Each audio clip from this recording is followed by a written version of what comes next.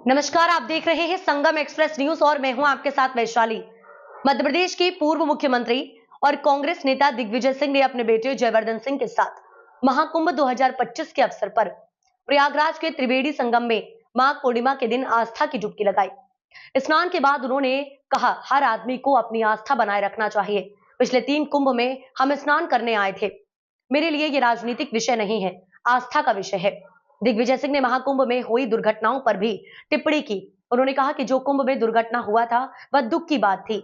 आप पहले कह रहे थे कि हमने 100 करोड़ लोगों की व्यवस्था की है। अगर व्यवस्था ठीक रहती तो जाम नहीं होता। इसको हमें इवेंट नहीं मनाना चाहिए, ये आस्था का विषय है। पार्किंग और बस की व्यवस्था होती तो इस तरह की घटना नहीं होती।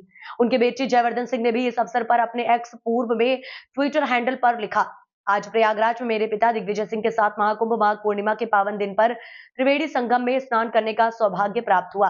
मां गंगा, यमुना, सरस्वती, सूर्यदेव भगवान, हमारे पितरों व देवी देवताओं का आशीर्वाद और असीम कृपा सदैव बने रहे।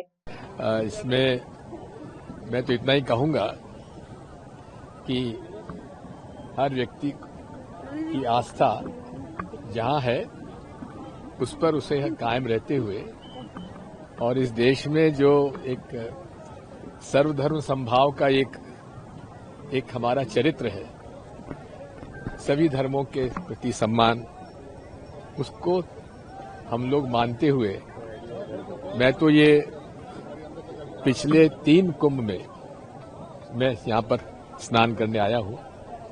जब मुख्यमंत्री था तब भी आया था, उसके बाद भी और अर्ध कुंभ में भी 2019 में आया था। तो इसलिए ये मेरे लिए कोई राजनीतिक बात नहीं है, मेरे लिए आस्था का प्रश्न है। हमें इस बात का दुख है कि जो एक दुर्घटना हुई है उसका हमें खेद प्रकट करते हैं। ऐसा नहीं होना चाहिए था। कहीं ना कहीं कमी रही, क्योंकि कहा गया था कि 100 करोड़ लोगों की व्यवस्था है। मेरे समझ में बात यह है कि इतनी गाड़ियां आएंगी इसका अंदाजा शायद सरकार को नहीं था। अगर यदि हर सड़क पर यदि पार्किंग स्पेस बना दी जाती और वहां से यहां तक आने के लिए यदि बसों के इंतजाम कर दिए होते तो ये बात नहीं होती। जो एक जाम हुआ है वो नहीं होता।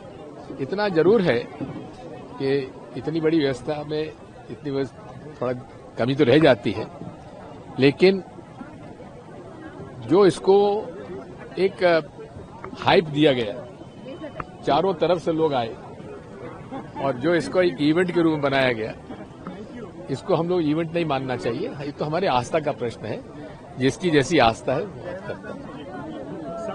40-45 करोड़ लोग से ज्यादा आ चुके हैं यहाँ पे और व्यवस्थाएं भी आपने देखी आ जाके, किस तरीके से लगा आपको? देखिए, बात यह है कि हम लोग कोई वीआईपी के रूप में नहीं आए हैं। हम यहाँ पे एक साधारण यात्री के रूप में आए हैं।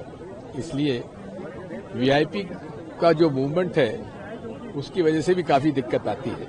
इसलिए बेहतर यह है कि सब लोग अपनी अपनी व्यवस्था करके आए, और इसीलिए हम तो हवाई जहाज से आए, अपनी फ्लाइट से आए दिल्ली से, और दिल्ली से वापस जाएंगे। और सहयोग से हमारे मित्र का एक हेलीकॉप्टर मिल गया, तो वहां से एयरपोर्ट से यहाँ तक भी हम